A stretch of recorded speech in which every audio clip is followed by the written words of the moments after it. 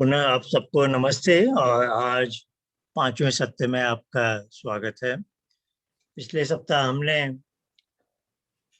अंतःकरण के बारे में एक सामान्य बुद्धि से अन्वेषण किया था, जैसे कॉमन सेंस से देखा था। और अंत में हम एक चित्र बना के देखा हमने, जिसको हमने नाम दिया सांख्य चित्र।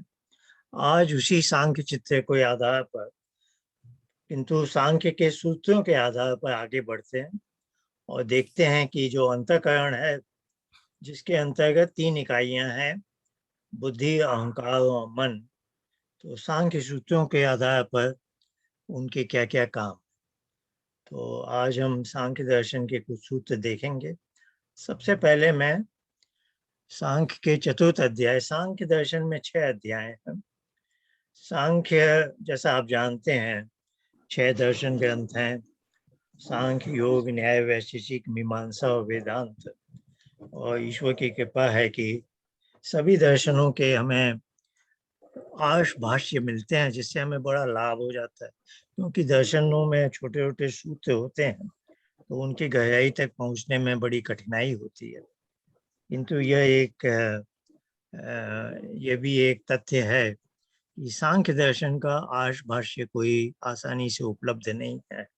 तो सांख्य दर्शन के साथ ये एक समस्या या कठिनाई कह सकते हैं, बनी है। तो सांख्य का एक सूत्र मैं यहाँ रख रहा हूँ। सांख्य में कुल 6 अध्याय हैं, तो ये चौथे अध्याय का एक सूत्र है। उनके अध्यायों का एक विशेष क्रम है। चौथे अध्याय में उन्होंने कई कथानक लिए हुए हैं। तो इसका पहला सूत्र है राजपुत्रवत तत्वोपदेशात। तो 2 पद हैं यहाँ पर। राजपुत्रवत, वत आता है प्राय उपमा के लिए। तो जैसा मैंने कहा, कथानक है, तो कुछ उपमा दी जा रही है।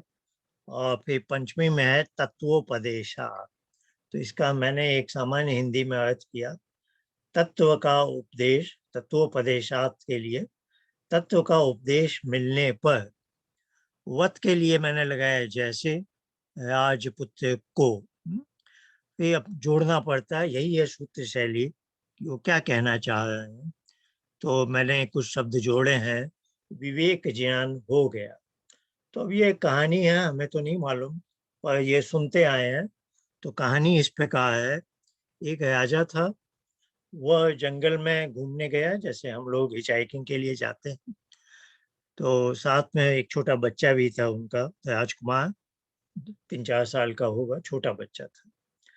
तो कुछ ऐसा दुर्योग हुआ, समझ लीजिए, वो बच्चा इधर घूमते घामते खो गया। अब राजा के तो बहुत सहायक हैं, बहुत से लोग हैं उनके सेवा के लिए, लेकिन फिर भी कुछ सिपाही भी आए होंगे, लेकिन उनका ध्यान भट गया या जो भी है, बच्चा खो गया। फिर पूरे दिन उसकी खोज हुई, अगले दिन हुई, कई दिन तक हुई होगी, और वो बच्चा कभी मिला नहीं। तो राजा को बहुत दुख हुआ। अंत में अपने महल आ गए, और जो भी है फिर चलती यही है, जो भी होना था। एक बार संयोग से क्या हुआ, राजा का मंत्री कहीं किसी गांव में, जंगल के पास के किसी गांव में गया था। तो जनता के आसपास जाते हैं मंत्री, राजा भी जाते हैं। तो मंत्री ने एक किशोर युवक को देखा, होगा 12-15 साल का। उसे लगा ये सामान्य बच्चा नहीं। तो उससे पूछताछ की, तुम कौन हो, कहाँ रहते हो, क्या। तो अपने घर ले गया, एक किसान का घर था। उसने कहा ये मेरे पिता हैं और ऐसे ऐसे। फिर उसने उस किसान से बात की कि भाई, मुझे ये लगता नहीं कि ये तुम्हारा बेटा है, कुछ इसकी कहानी मुझे बताओ, क्या है।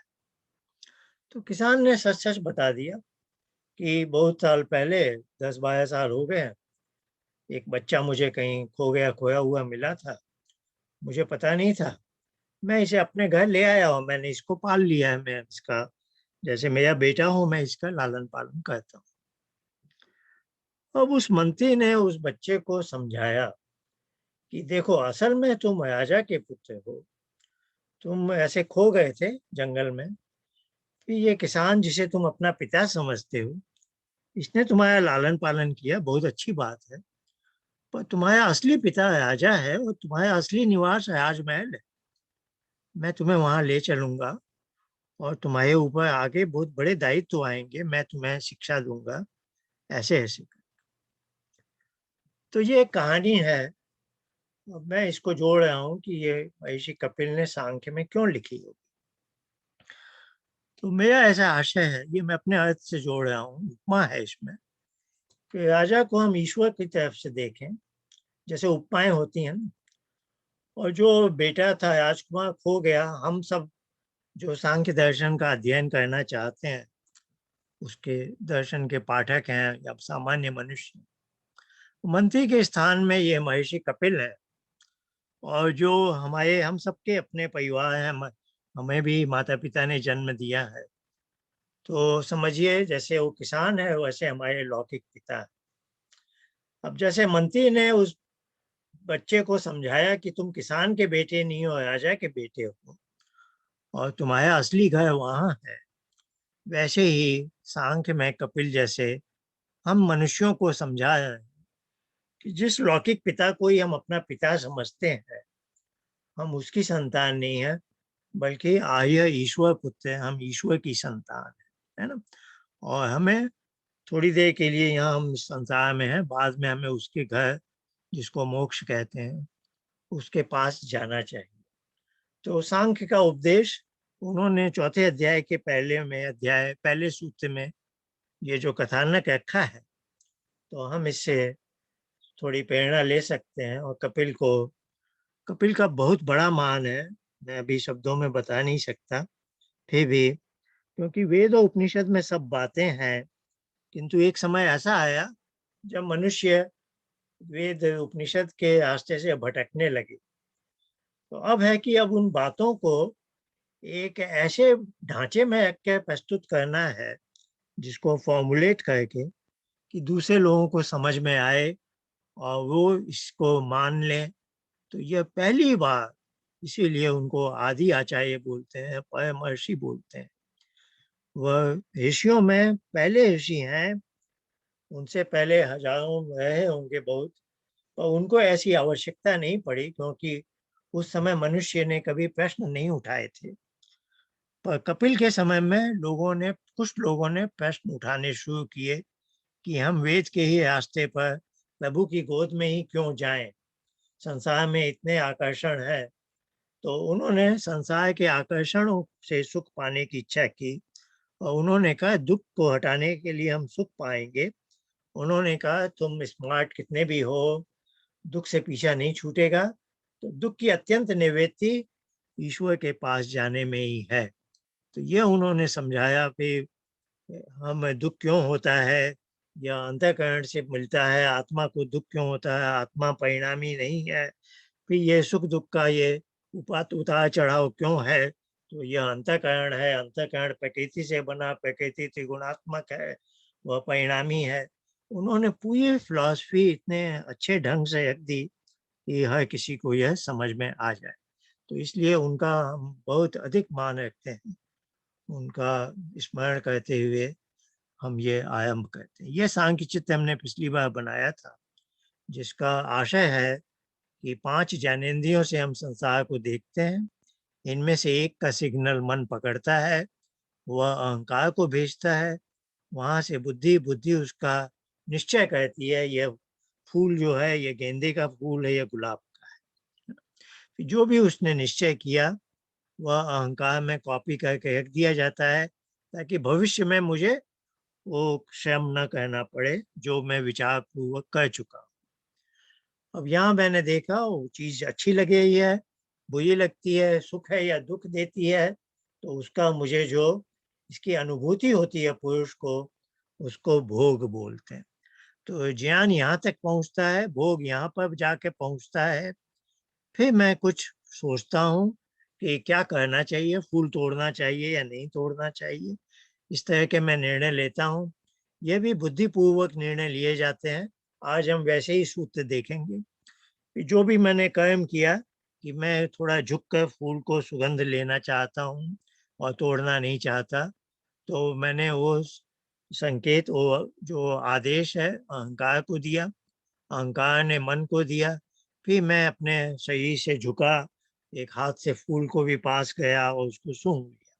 तो ये कर्मेंद्रियों का संचालन।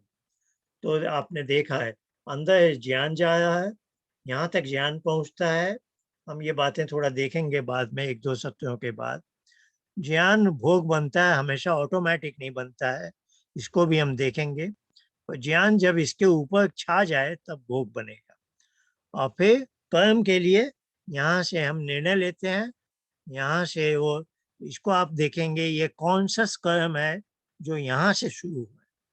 कुछ कर्म हम सब कॉन्शियसली करते हैं, जैसे स्वप्न में हम करवट बदल ली, या कुछ मैं किसी से बात कर रहा हूँ लेकिन जेब से कुछ निकाल लिया। जब सब कॉन्शियस कर्म अहंकार से आते हैं, ये मोटे हैं, मोटे तीर में है। और एक समय में हम 4 इंद्रियों का संचालन, जिसको मल्टीटास्किंग कहते हैं, कर सकते हैं। तो ये मोटे तौर पर हमने ये देख लिया। यहाँ हमें भोग होता है, जीवन के उतार चढ़ाव होते हैं, इसलिए ये त्रिगुणात्मक होनी चाहिए। तो ये अनुमान किया कि प्रकृति में 3 गुण है, सत्व रजस तमस, और इनमें बुद्धि में जिस चीज का उतार चढ़ाव हो रहा है वैसा मुझे अनुभव होता है। तो आपके 24 घंटे के जो भी अनुभव हैं वह इन 3 के उतार चढ़ाव में शामिल हो जाते हैं। इसको आप ऐसे समझ सकते हैं कि 3 मूल रंग कहलाते हैं, नीला, पीला और लाल। और उन 3 रंगों से अनगिनत रंग, इनफाइनाइट है ना, इन वैसे रंग बन जाते हैं। उसी तरह से ये 3 गुण है, सत्व रजस तमस। इन 3 गुणों से बुद्धि पर इतने सारे भेदभाव आ सकते हैं कि हमारे सभी भाव, हमारे सभी इमोशंस यहाँ पर बन जाएंगे, उदित हो जाएंगे। आइए हम आगे बढ़ रहे हैं। अब सांख्य के कुछ सूत्रों को देखें हैं। ये सांख्य का दूसरा, आज मैं सुबह आपको पीडीएफ फाइल भेज चुका हूँ। सांख्य दर्शन की भी भेजी है और योग दर्शन की भी भेजी है।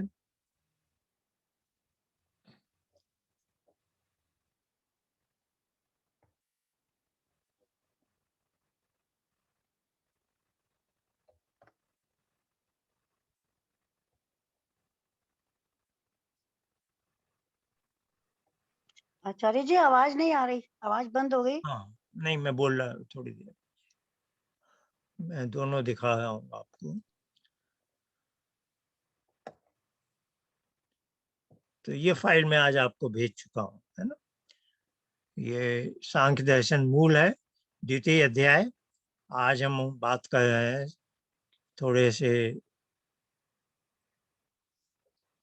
ये 12वां सूत्र है, अध्यवसायो बुद्धि। 12 से लेकर थोड़े आगे जाएंगे 20 तक, तो उसका आज हम अध्ययन करने वाले हैं। आइए देखते हैं। तो 13वें से 16वें तक का है। संख्याओं में थोड़ा अटपटा हो जाता है, पर ये सूत्र भी यहाँ लिखा हुआ है, तो दूसरी फाइल दिखाने की मुझे उतनी आवश्यकता नहीं, पर मैं आज आपको भेज चुका हूँ। तो आइए, दूसरा अध्याय का 13वां सूत्र कहता है अध्यवसायो बुद्धि। ये सांख्य के मूल सूत्र हैं। तो कह रहे हैं बुद्धि का क्या, इनके क्या काम है। असल में कार्य शब्द भी हम बोल सकते हैं, पर कार्य शब्द यहाँ प्राय दर्शन में आएगा कारण और कार्य, कॉज एंड इफेक्ट के अर्थ में। तो कार्य के बदले मैंने काम लिख दिया है, यानी ये क्या इनकी गतिविधि है। तो यहाँ पर है अवसाय। यहाँ 2 पद है, एक उपसर्ग है अधि। अधि उपसर्ग लगता है अधिकार के लिए, जो जिसमें पूरी ताकत हो, अपने पूरी सामर्थ्य हो, दूसरे किसी की सहायता लेने की आवश्यकता नहीं हो, यानी जो ऑटोनोमस सिस्टम। तो बुद्धि के बारे में बताया है, बुद्धि ऑटोनोमस सिस्टम है, उसको किसी की भी अपेक्षा नहीं है, किसी की भी सहायता नहीं है। क्या करने के लिए? अवसाय। अवसाय कहते हैं कि जो चीज जैसी है उसको वैसा जान लेना, है? कि यह निश्चय करना कि यह फूल गुलाब का है या गेंदे का है, यह निश्चय करने की सामर्थ्य बुद्धि में है ना। तो बुद्धि में जो भी चीज ज्ञानेंद्रियों से बुद्धि तक पहुंची, उसका निश्चय करना होता है।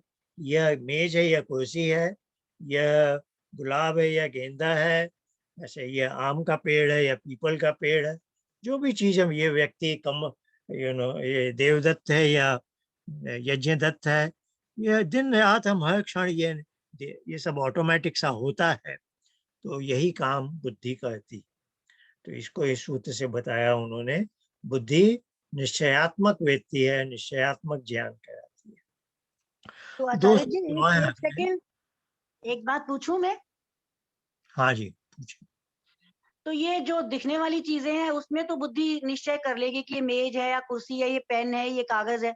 लेकिन जो चीजें दिखती नहीं है उसमें तो फिर बुद्धि धोखा दे देती है ना, वो तो ठीक हमें नहीं बताती, हाँ, अभी जैसे आप ये ईश्वर जी। तीनों सूत्र देख लीजिए, अभी हम तीनों चलते हैं आगे, है ना। हाँ जी, तो ठीक है। बुद्धि की ये सामर्थ्य है, अब कौन उसका कैसे उपयोग कर रहा है। सामर्थ्य का मतलब है, जैसे इंजन की सामर्थ्य है कार को चलाना, पर इंजन में आप पेट्रोल नहीं डालेंगे तो कार नहीं चल सकती, है ना।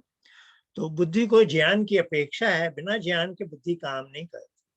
तो जो आपने बात कही वो भी ठीक है, पर बुद्धि में यह सामर्थ्य है, और इस सामर्थ्य का वो संपादन तभी कर सकती है जब उसको ज्ञान, जैसे एक बच्चे का जन्म हुआ, बच्चे में बुद्धि है लेकिन बच्चे में ज्ञान नहीं है, इसलिए उसे हम माता पिता फिर आचार्य के पास भेजते हैं ज्ञान प्राप्ति की। तो आपने बात सही कही है, पर ऋषि का कहना है बुद्धि की ये सामर्थ्य है।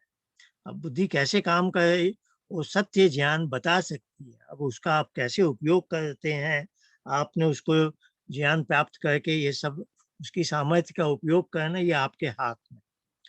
अब आगे चल के वो बताया, ये तो ज्ञान की दिशा में था कि जो भी बुद्धि पर अंकित हुआ वह क्या है, इसको डिस्क्रिमिनेटिव एबिलिटी बोलते हैं, यह उसने बताया। लेकिन अब आगे बता रहे हैं कि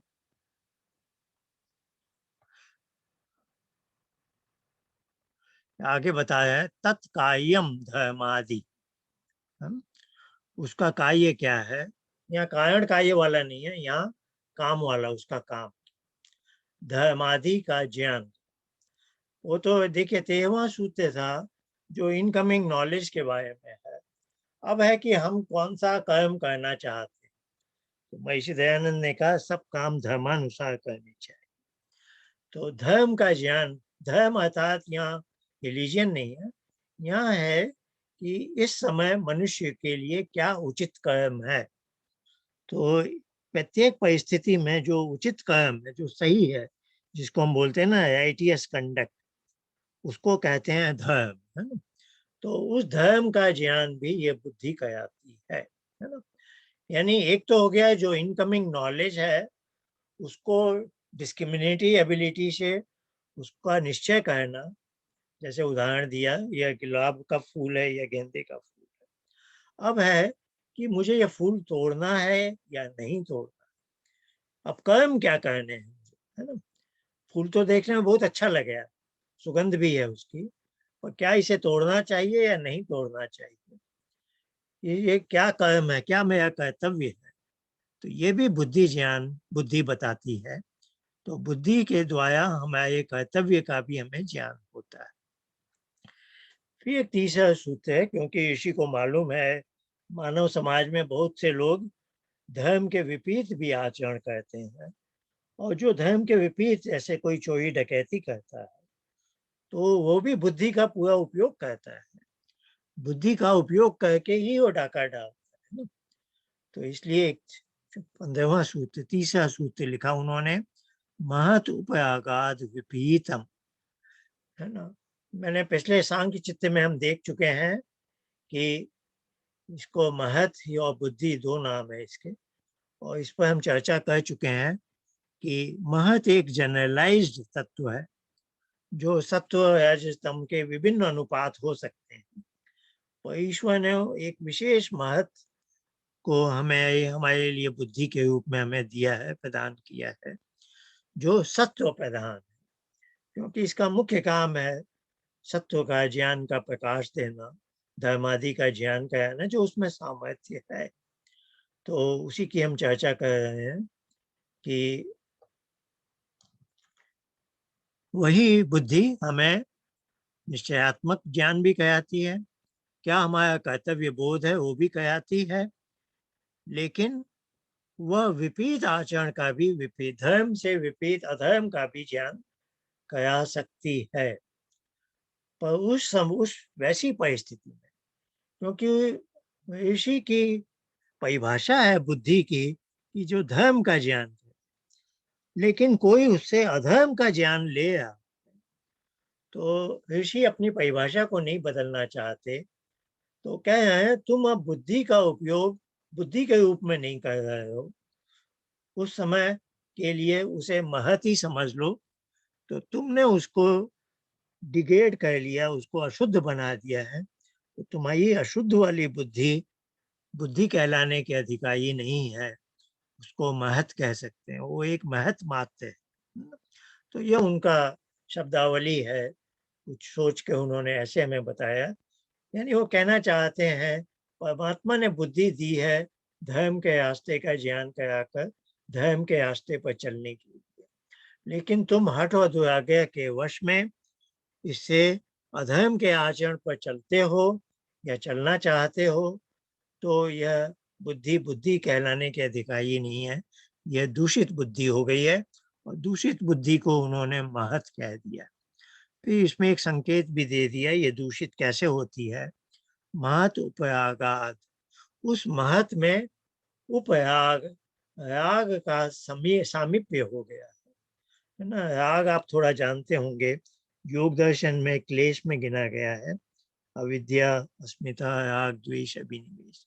तो राग आदि, राग राग अकेले कहें तो भी उसमें सब क्लेश आ जाते हैं, ये उपलक्षण कहलाता है। तो वो जो क्लेश हैं जो अहंकार में बैठे हुए हैं, अभी अहंकार की चर्चा अगले सूत्र में आएगी, और थोड़ी देर के लिए, क्योंकि हम सांख्य चित्त में कह चुके हैं कि अहंकार में ये जो पहले का ज्ञान है, पहले का ज्ञान ही नहीं, पहले का ज्ञान, भोग और कर्म, ये सब जो पुरानी चीजें हैं सब हमें याद रहती हैं। कल हमने किसी के यहाँ चाय पी थी, उसका स्वाद, अभी हम चाय पीने लगे तो हमें थोड़ा याद आया था कि इसका स्वाद कल वाली चाय से थोड़ा भिन्न है ना। तो कल वाली जो चाय पी थी उसका स्वाद कहाँ पड़ा हुआ है, सब अहंकार में पड़ा है ना। तो पिछला ज्ञान, पिछला भोग और पिछला कर्म, ये तीनों अहंकार में पड़े हुए हैं। एक तरह की लाइब्रेरी है, कैटलॉग किया हुआ है, जब हम जानना चाहते हैं हमें वहां से मिल जाता है, जिसका हम ज्यादा उपयोग नहीं करते हैं वो भी भूल भी जाते हैं, फिर वो जैसे लुप्त हो जाता है।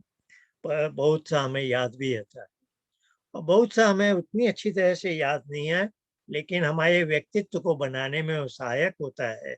उसको कहते हैं अदृष्ट, जो पिछले जन्म के संस्कार। तो ये बातें हम थोड़ी और आगे चलाएंगे। अभी बस मैं ये बताना चाह रहा हूँ कि अहंकार में पुराना ज्ञान, कर्म और भोग पड़ा हुआ है। पुराना मतलब इसी जीवन का ही नहीं, बल्कि पूर्व जन्मों का भी है ना। और वो यदा कदा हम लाते हैं, नहीं तो अपने आप भी आ जाता है। जैसे हम ध्यान में बैठते हैं तो पुरानी बातें अपने आप कुछ यहाँ आने लगती हैं। तो ये सब हम परिचित हैं इससे। आगे बढ़ते हैं अब। तो हमने कहा राग वाले क्लेश भी वही हैं अहंकार में। वो जैसे पानी के बुदबुदे उठते हैं वैसे अपने आप ही आ जाते हैं, और यदि आप उनके वश में चले गए इस राग उपराग से, तो आपकी बुद्धि दूषित हो जाएगी और आप अधर्म की दिशा में आगे बढ़ जाएंगे। तो इसी ने ये 3 सूत्र लिखे हैं।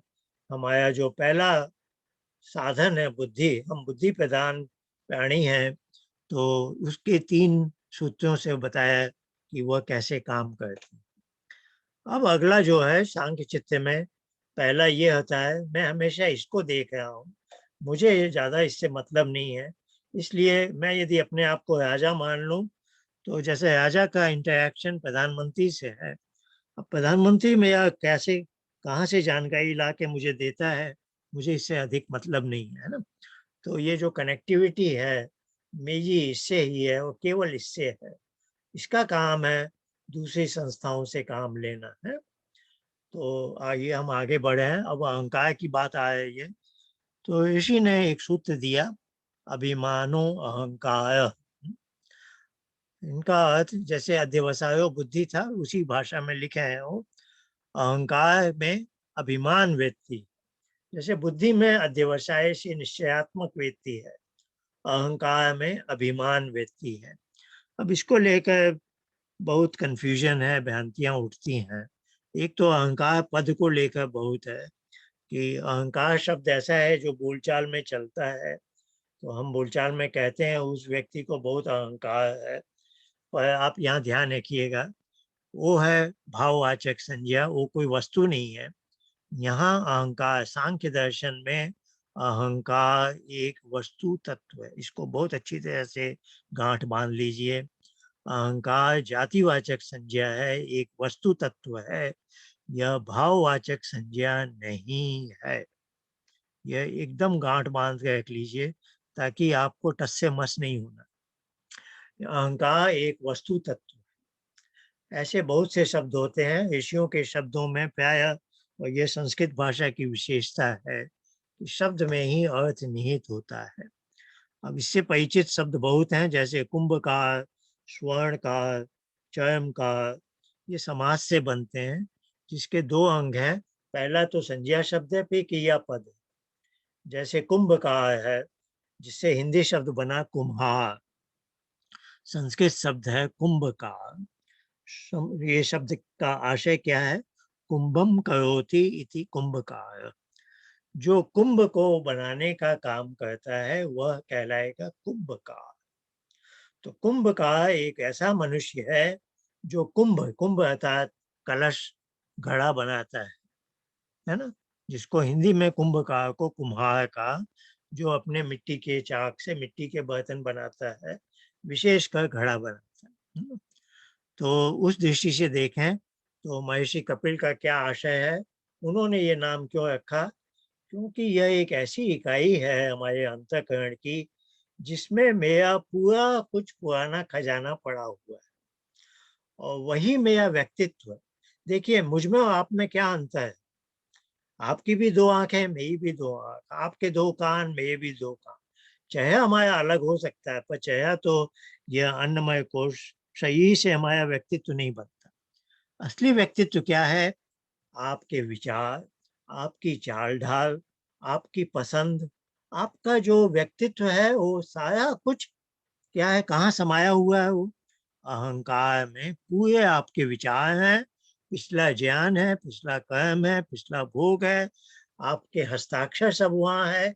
किस ढंग से आप साइकिल चलाते हैं, किस ढंग से आपकी लिखावट है, आपके हस्ताक्षर कैसे हैं, आपकी ड्राइविंग की स्किल क्या है, आपके ज्ञान कर्म भोग का सारा कुछ कहाँ पड़ा हुआ है? अहंकार। और वही चीज आपका जो व्यक्तित्व है, वही आपका व्यक्तित्व, अर्थात अहंकार में मेरा व्यक्तित्व समाया हुआ है, मेरा अहम। यहाँ अहम भी भाववाचक अर्थ में नहीं है, मेरा व्यक्तित्व है वो पूरा, है ना? जो मैंने सालों साल में अर्जित किया हुआ वो सब अहंकार में पड़ा है। इससे मेरा अहम बना, इसलिए इस इकाई का नाम है अहंकार। उन्होंने बिल्कुल सही शब्द चुना है, बहुत सार्थक शब्द है, बहुत अच्छा है, और इस शब्द में सही बातें आ जाती हैं। लेकिन कोई नहीं समझना चाहे तो उसके लिए बड़ा ये अज्ञान का अंधेरा है यार। तो ये हो गई बात। तो मैंने थोड़ा और स्पष्ट करने के लिए कि अहंकार बुद्धिवृत्ति की अनुकृति को धारण करता है। जो वो कह रहे हैं कि बुद्धि में जो भी है, यह निश्चय किया है यह गेंदे का फूल है, गुलाब का नहीं है। तो अब जो पीले रंग का ऐसा ऐसा है, उसके ऊपर मैंने एक मुहर लगा दी, यह गेंदे का फूल है, कैटलॉग बन गया। अब यह मैं ये अहंकार में, लाइब्रेरी में, यह जो पीला रंग का इस तरह का फूल किसी दिन मैंने देखा था, वो छवि बन गई है वहां, और उसके नीचे मैंने लिख दिया है गेंदा है ना? अगली बार वो छवि आएगी तो मुझे कैटलॉग से पता चल जाएगा यह गेंदे का फूल है। अब मुझे माथापच्ची नहीं करनी है दोबारा, है ना? तो अहंकार में मेरा सब कुछ पड़ा हुआ है। तो यही बात वो कहना चाह रहे हैं। तो अब आता है अहंकार के बारे में जो भ्रांति है, अभिमान के बारे में भी वही। तो अभिमान भी हिंदी में बोलचाल का शब्द है और उसी आशय में है, भाववाचक अर्थ में, लेकिन यहाँ वो नहीं है। तो इसको मैंने थोड़ा और जोर देने के लिए अभिमान शब्द पर यहाँ विचार किया जाए कि अहंकार में अभिमान है, इसका क्या अर्थ हुआ, है ना।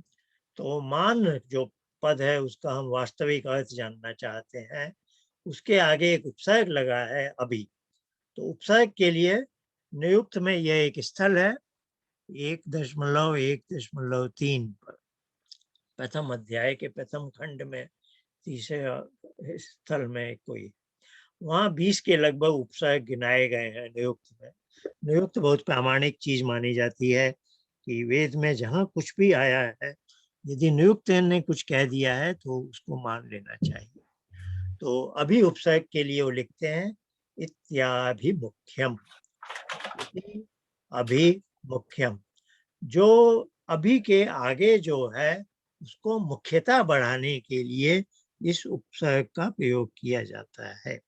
अभी के आगे है मान, तो मान शब्द को उसको एनहांस किया जाए, उसके अर्थ को बढ़ाया जाए, उसको प्रबलता दी जाए है अभी उपसर्ग के द्वारा।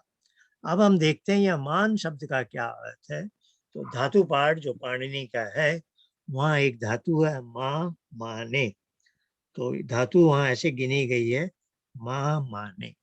अब इसका हिंदी अनुवाद हमारे बहुत अच्छे विद्वान हो गए हैं युधिष्ठिर मीमांसक जी, वो उन्होंने इसका हिंदी में लिखा माने के अर्थ में, हिंदी में हमें समझाने, ये नापना तौलना समाना, इस अर्थ में ये धातु का प्रयोग होता है। अर्थात माँ माने का अर्थ है नापना तौलना समाने के अर्थ। अब ये मान पद के साथ और भी बहुत से उपसर्ग लगते हैं। जैसे नियुक्त के इस स्थल में और उपसर्ग लगाऊं तो आप ज्यादा परेशान नहीं होंगे। आप ये सब शब्द बड़े ही सामान्य शब्द हैं, हम दैनिक जीवन में उपयोग करते हैं। जैसे प उपसर्ग लगाया तो प माण बना। अब ये संस्कृत व्याकरण की अलग चीज है। अष्टाध्यायी का एक सूत्र आता है साभ्याम नो समान पदे, न का ण हो जाता है र और तालव्य श पहले आए तो, है ना। तो प में अ है तो पैमान के बदले पैमाण हो गया है, असल में मान ये। तो प आया प्रकर्षण यानी कृष्ट भाव में, और पैमाण शब्द तो हम जानते ही हैं। पैमाण शब्द बड़ा पावरफुल शब्द है, पैमाण है कोई प्रामाणिक चीज। वैसे ही हम परिचित हैं समान, जहाँ एक ही भाव है एकत्व का, यह इसके समान। तो हम समान मान शब्द वाले बहुत से शब्दों से परिचित हैं और उनका अच्छी तरह से उपयोग करते हैं। तो अभिमान में हम क्यों अटक जाते हैं, यह एक समस्या है। पर ऋषि का अभिमान शब्द हमें उस ढंग से देखना चाहिए जिस ढंग से यह शब्द बनता है। विमान शब्द से भी हम परिचित हैं, जिसके जैसे रजसो विमान कस्मई देवाय हविषा विधे। तो ये पृथ्वी और सारे ग्रह उपग्रह एक विशेष परिधि में चलते हैं, इसलिए ये विमान कहलाते हैं ना। ये अपने रास्ते से भटकते नहीं है थोड़ा भी। ये विमान हुआ क्योंकि ये बड़ा नाप तौल एकदम पक्का है। जब जहाँ भी नाप तौल पक्का है उस आशय को व्यक्त किया जाए। जैसे निर्माण, कोई चीज हम बनाते हैं, यहाँ भी र के कारण न का ण हो गया है निर्माण। कोई चीज भवन निर्माण, है ना, बड़ा नाप तौल के बनाया जाता है ना, इंची टेप से एक एक ईंट रख के राजमिस्त्री काम करते। अनुमान शब्द भी उस आशय में है। अनुमान भी प्रमाण के अंतर्गत माना जाता है, प्रत्यक्ष प्रमाण, अनुमान प्रमाण। तो अनुमान में भी हम सादृश्यता लाते हैं। वो देखा, किसी ने कहा यज्ञदत्त का जुड़वा भाई है देवदत्त, तो यज्ञदत्त को हम जानते हैं, तो देवदत्त भी उसको, देवदत्त उसके जैसा ही दिखता है, तो यह भी उसका जुड़वा भाई हो गया, है ना। तो इसको हमने अनुमान किया, या वर्षा को देख के बादल का अनुमान। अभी जो मैंने यज्ञदत्त देवदत्त वाली बात की वो उपमान के साथ अधिक लागू होगी। तो ये मान शब्द हम परिचित है। इसी प्रकार अभिमान हमें समझना चाहिए अभिपूर्वक मान, यानी नाप तौल जहाँ बहुत अच्छी तरह से, अभी शब्द अभी उपसर्ग आया है इत्याभि मुख्यम, मुख्यता देने के लिए कि जो नापने तौलने का काम बहुत सटीक किया गया है, अर्थात जो बुद्धिवृत्ति की कॉपी बनाई रखी गई है अहंकार में, वो कॉपी एकदम परफेक्ट कॉपी है ना। तो कोई भी गलत कॉपी वहां नहीं बनती है। तो इसको अहंकार में अभिमान वृत्ति। और मैं ज्यादा समय इसमें नहीं लगाना चाहता था, कोई एक स्लाइड और बना दी है मैंने। अब ये जो हम इंची टेप की बात करते हैं, अहंकार में अभिमान का वास्तविक, तो जो भी सिलाई में लगे हैं हम सबका इसका उपयोग करते ही हैं। 1 मीटर की लंबाई क्या है?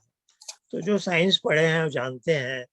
पेरिस की प्रयोगशाला में एक डंडा है, एक यानी स्टील का एक डंडा विशेष पड़ा हुआ है, जिसको बोलते हैं, इसकी लंबाई 1 मीटर। तो वह एक मानक डंडा है।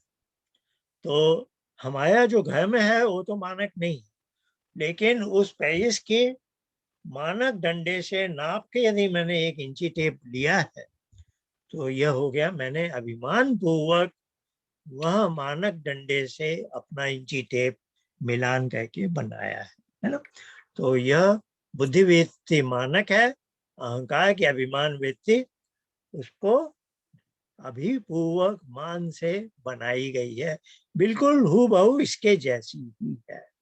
तो यह मैंने अहंकार, आगे कुछ और सूत्र देखते हैं थोड़ी देर में। तो अब वो अहंकार से इंद्रियां बन रही हैं।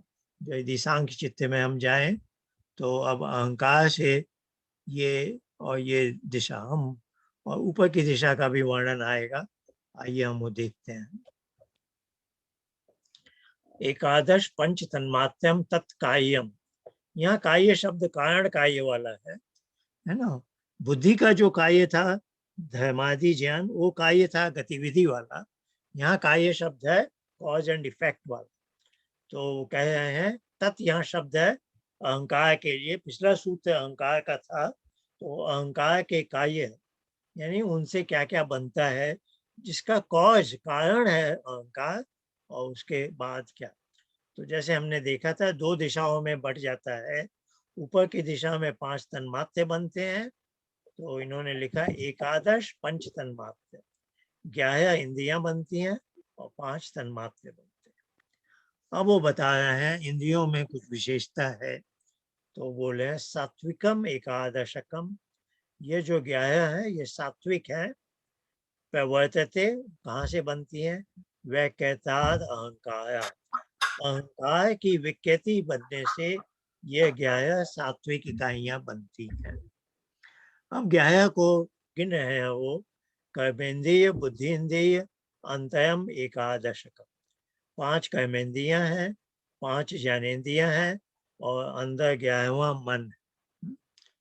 तो ये बातें हमने चित्त में पहले से ही बता दी हैं। अब ये एक अंतिम स्लाइड आज देखते हैं, थोड़ा उसी सूत्रों के आगे। अभी मैं लगभग क्रम से जा रहा हूँ। जो अंतःकरण की ही चर्चा चल रही है, जो कुल हमारे 13 इंस्ट्रूमेंट है ना। एक सूत्र आएगा अगले सप्ताह, त्रयोदश करणम, है ना। 13 इंस्ट्रूमेंट हमारे क्या है? 5 ज्ञानेन्द्रिय, 5 कर्मेंद्रिय, और अंदर के ये अंतःकरण वाले 3, बुद्धि, अहंकार और मन।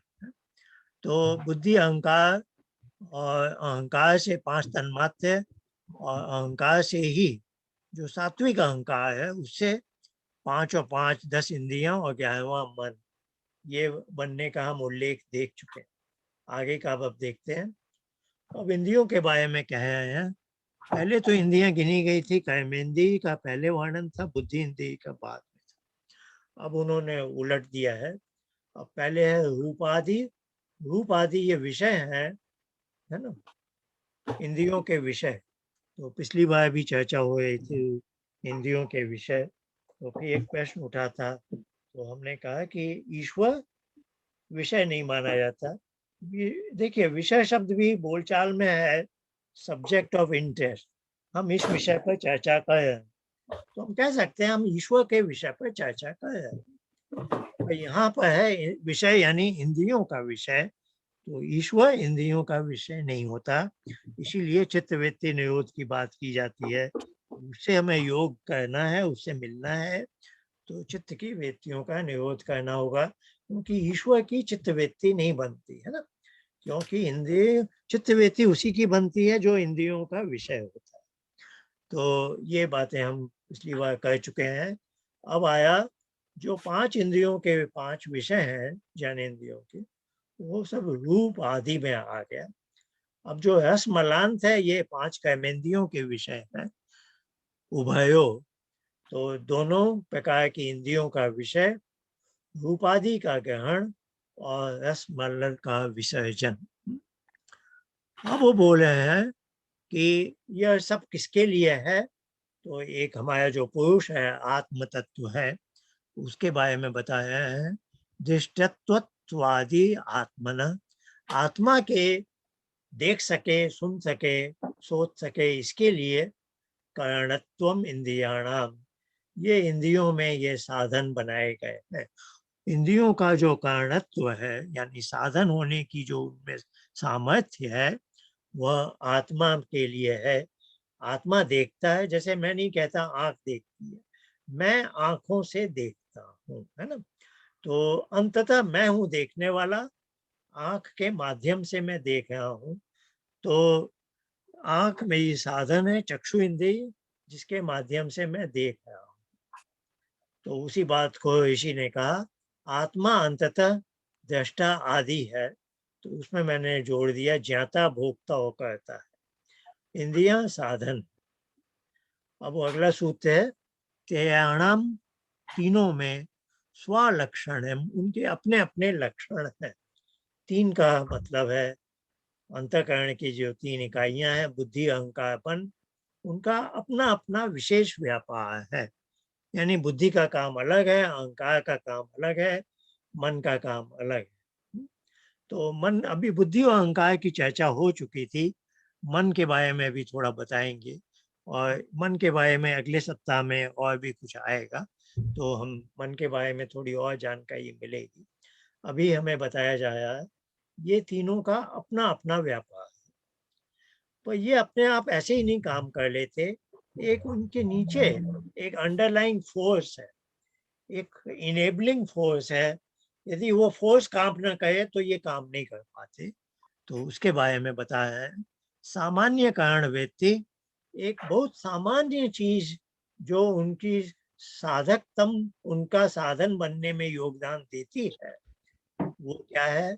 वो प्राण आदि के नाम के 5 प्रकार के वायु है।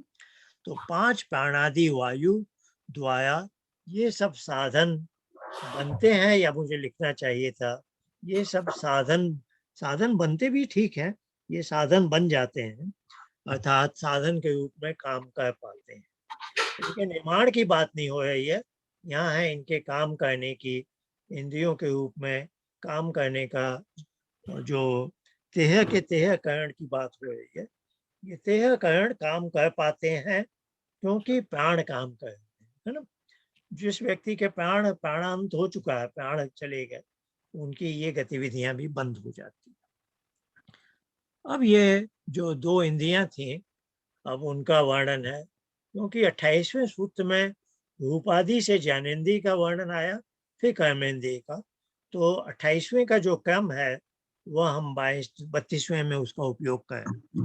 बता रहे हैं कि ज्ञानेन्द्रियों का जो क्रम है वह ज्ञानेन्द्रियां क्रमशः, यानी ज्ञानेन्द्रियां क्रमशः काम करती हैं, और अक्रमशः कर्मेंद्रियां इंद्रिय वृत्ति, इन इंद्रियों का व्यापार ज्ञानेन्द्रियों का क्रमशः अर्थात वन एट ए टाइम होता है, एक एक एक करके। जो हम बात इस चित्र में भी बता रहे थे कि यहाँ पतला तीर क्यों है, क्योंकि एक समय में एक ही ज्ञानेन्द्रिय यह क्रम से अपना ज्ञान भेजती हैं, जबकि कर्मेंद्रियों का है एक से अधिक कर्मेंद्रियों का हम संचालन कर सकते हैं। तो क्रमशः शब्द इनके लिए आया है और अक्रमशः शब्द कर्मेंद्रियों के लिए आया है। तो इस प्रकार से आज हमने सांख्य के कुछ सूत्र अपने अंतःकरण के बारे में देखे हैं। आज हम ब्रेकआउट रूम का उपयोग कर रहे हैं। आप सबके लिए विचारणीय विषय आज का है कि जो हमने कहा अहंकार में अभिमान व्यक्ति है, और जो महर्षि कपिल का सूत्र था, हम कहना चाह रहे हैं वहां पर क्या क्या अच्छी तरह से संजो कर रखा गया है, कैटलॉग करके। सारा पूर्व ज्ञान के लिए हम शब्द कभी कभी देखेंगे स्मृति, पूर्व भोग के लिए कभी कभी हम शब्द देखेंगे वासना, और पूर्व कर्म के लिए हम देखेंगे शब्द संस्कार। अब यहाँ भी एक भ्रांति आ जाती है, क्योंकि संस्कार शब्द कभी कभी इन तीनों के समूह के लिए भी आता है। तो संस्कार शब्द कभी कभी पूर्व कर्म के इम्प्रेशंस के लिए आएगा, और कभी कभी ज्ञान भोग कर्म तीनों के पुराने इम्प्रेशंस के लिए भी आए। तो अब मैं ब्रेकआउट रूम बनाया हूँ, आप एक दो बार कह चुके हैं ये, तो आशा है ये आज का विषय है आपके विचार करने लायक।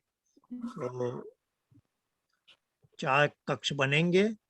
आप पहले कभी किसी विशेष कक्ष में गए हैं तो उसी कक्ष में जाइए